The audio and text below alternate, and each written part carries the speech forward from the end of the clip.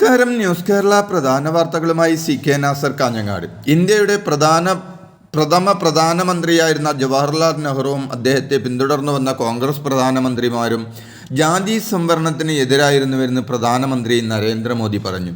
SC, ST, OBC വിഭാഗങ്ങൾക്ക് കോൺഗ്രസിൽ നിന്നും ബഹുമാനം ലഭിച്ചിരുന്നില്ലെന്നും BJP നയിക്കുന്ന NDA ഭരണത്തിന് കീഴിൽ മാത്രമേ ഈ വിഭാഗങ്ങളുടെ അവകാശങ്ങൾ സംരക്ഷിക്കപ്പെടുകയുള്ളൂവെന്നും മോദി പറഞ്ഞു. കോൺഗ്രസ് വോട്ട് ജിഹാദ് നടത്തുന്നവരെ മാത്രം പിന്തുണയ്ക്കുകയാണെന്ന് പറഞ്ഞ പ്രധാനമന്ത്രി തനക്ക് പിൻഗാമികളില്ലെന്നും തൻ്റെ പിൻഗാമികൾ ജനങ്ങളാണെന്നും അദ്ദേഹം പറഞ്ഞു. ആദ്മി പാർട്ടിയെ പിന്തുണക്കുന്നവർ പാകിസ്ഥാനികളെന്ന് പറഞ്ഞ കേന്ദ്ര ആഭ്യന്തരമന്ത്രി അമിത്ഷാ രാജ്യത്തെ ജനങ്ങളെ അപമാനിച്ചെന്ന് ഡൽഹി മുഖ്യമന്ത്രി അരവിന്ദ് കെജ്രിവാൾ പറഞ്ഞു. പ്രധാനമന്ത്രി നരേന്ദ്രമോദിയുടെ പിൻഗാമി എന്നതിൽ അഭിമാനം കൊള്ളുന്ന അമിത്ഷാ അഹങ്കാരിയായി തീർന്നെന്നും അദ്ദേഹം ആരോപിച്ചു.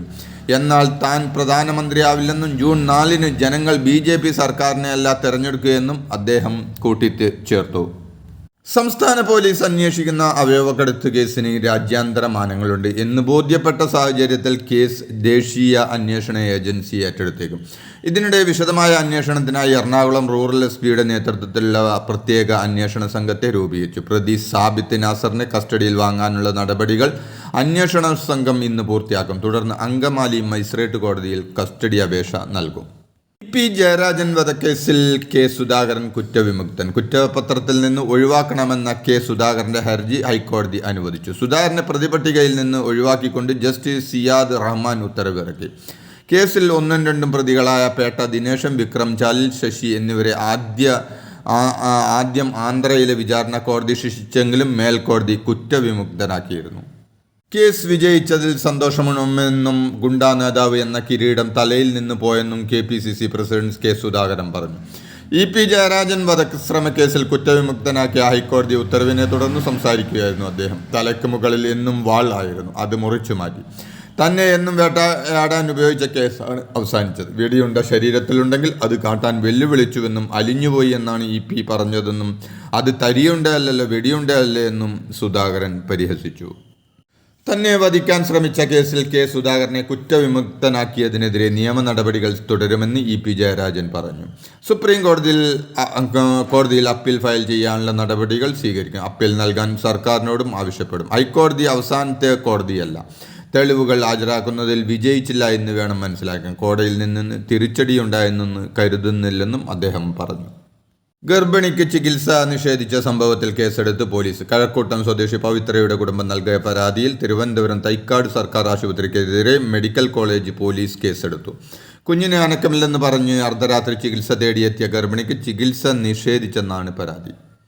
അടുത്ത മാസം ട്രയൽ റൺ തുടങ്ങാനിരിക്കുന്ന വിഴിഞ്ഞം അന്താരാഷ്ട്ര തുറമുഖത്തിന്റെ നിർമ്മാണ കമ്പനിക്ക് പണം അനുവദിക്കാൻ എഡ്കോ മുന്നോട്ട് വെച്ച നിബന്ധനകൾ അംഗീകരിച്ച് സർക്കാർ. വായ്പയ്ക്ക് സർക്കാർ ഗ്യാരണ്ടി നൽകാൻ മന്ത്രിസഭാ യോഗം തീരുമാനിച്ചു. എന്നാൽ സർക്കാരിന്റെ കടമെടുപ്പ് പരിധിയിൽ കമ്പനി എടുക്കുന്ന വായ്പ തുകയും പ്രതിഫലിക്കും. എത്ര തുക വായ്പ എടുക്കണം എന്നത് അടക്കമുള്ള കാര്യങ്ങൾ വരും ദിവസങ്ങളിൽ തീരുമാനിക്കുമെന്നാണ് സൂചന. മുഖ്യമന്ത്രി പിണറായി വിജയൻ നടത്തിയ വിദേശയാത്ര സ്വന്തം ചെലവിലെന്ന് സർക്കാർ. യാത്രക്കായി സർക്കാർ ഖജനാവിൽ നിന്ന് പണം മുടക്കിയിട്ടില്ല. സ്വകാര്യ സന്ദർശനമായതിനാൽ സർക്കാർ ഉദ്യോഗസ്ഥരോ സുരക്ഷാ ഉദ്യോഗസ്ഥരോ കൂടെ ഉണ്ടായിരുന്നില്ലെന്നാണ് വിവരാവകാശം വഴി നൽകിയ മറുപടി. കേരള സർവകലാശാല സെനറ്റിലേക്ക് ഗവർണർ നാമനിർദ്ദേശം ചെയ്ത പേരുകൾ റദ്ദാക്കിയ ഉത്തരവിൽ ചാൻസലർ കൂടിയായ ആരിഫ് മുഹമ്മദ് ഖാൻ കേരള ഹൈക്കോടതിയുടെ അതിരൂക്ഷ വിമർശനം. ചാൻസലർക്ക് അനിയന്ത്രിതമായ അധികാരങ്ങളില്ലെന്ന് ഹൈക്കോടതി ഉത്തരവിൽ വ്യക്തമാക്കി. ചാൻസലറുടെ സെനറ്റ് നോമിനേഷൻ സർവകലാശാല നിയമം അനുസരിച്ചാവണമെന്നും സർവകലാശാല നിയമങ്ങളിൽ നിന്ന് വ്യതിചലിച്ചുള്ള നടപടി തെറ്റാണെന്നും കോടതി വ്യക്തമാക്കി. ചാൻസലറുടെ നടപടി തുല്യതയ്ക്ക് വിരുദ്ധവും വിവേചനപരവുമാണെന്ന് വിവേചനാധികാരം യുക്തിപരവും പക്ഷപാതരഹിതമായും വിനിയോഗിക്കണം. വ്യക്തിപരമായ തീരുമാനം അനുസരിച്ചല്ല ഗവർണർ തീരുമാനമെടുക്കേണ്ടതെന്നും ഹൈക്കോടതി ഉത്തരവിൽ ചൂണ്ടിക്കാട്ടി. സംസ്ഥാന ഭക്ഷ്യസുരക്ഷാ വകുപ്പ് സുരക്ഷിത ഭക്ഷണം ഉറപ്പുവരുത്തുന്നതിനായി കഴിഞ്ഞ സാമ്പത്തിക വർഷം 65,432 പരിശോധനകൾ നടത്തിയതായി മന്ത്രി വീണ ജോർജ് പറഞ്ഞു.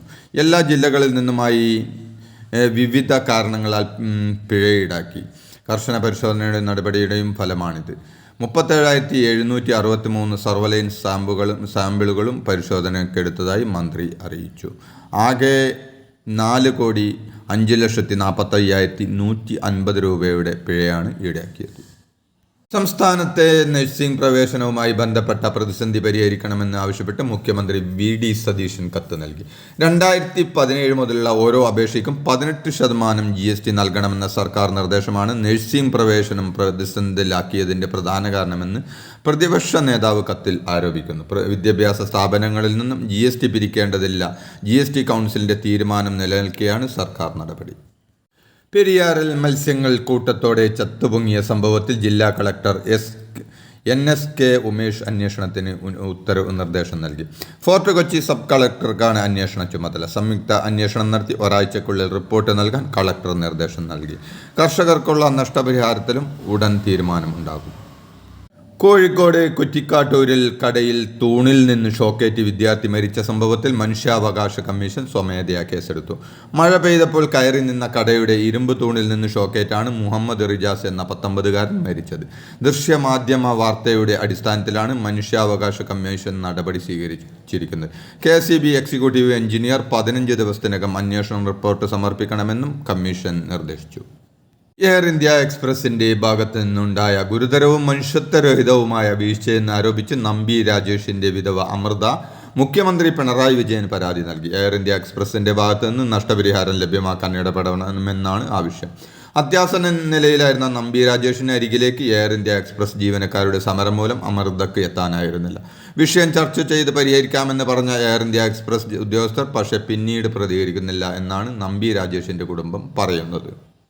ലണ്ടനിൽ നിന്ന് സിംഗപ്പൂരിലേക്ക് പോയ വിമാനം ആകാശച്ചുഴിയിൽപ്പെട്ട് ശക്തമായി ആടിയുലഞ്ഞതിനെ തുടർന്ന് ഒരു യാത്രക്കാരൻ മരിച്ചു. 229 പേരുമായി പറക്കവേ ആകാശച്ചുഴിയിൽപ്പെട്ട വിമാനം 5 മിനിറ്റിൽ 6000 അടി താഴ്ചയിലേക്കാണ് പതിച്ചത്. 30ഓളം പേർക്ക് പരിക്കേറ്റു. ലണ്ടനിൽ നിന്ന് സിംഗപ്പൂരിലേക്ക് പോയ വിമാനം ബാങ്കോക്കിൽ എമർജൻസി ലാൻഡിംഗ് നടത്തുകയായിരുന്നു. ഇതോടെ ഇന്നത്തെ പ്രധാന വാർത്തകൾ സമാപിച്ചു. നന്ദി, നമസ്കാരം.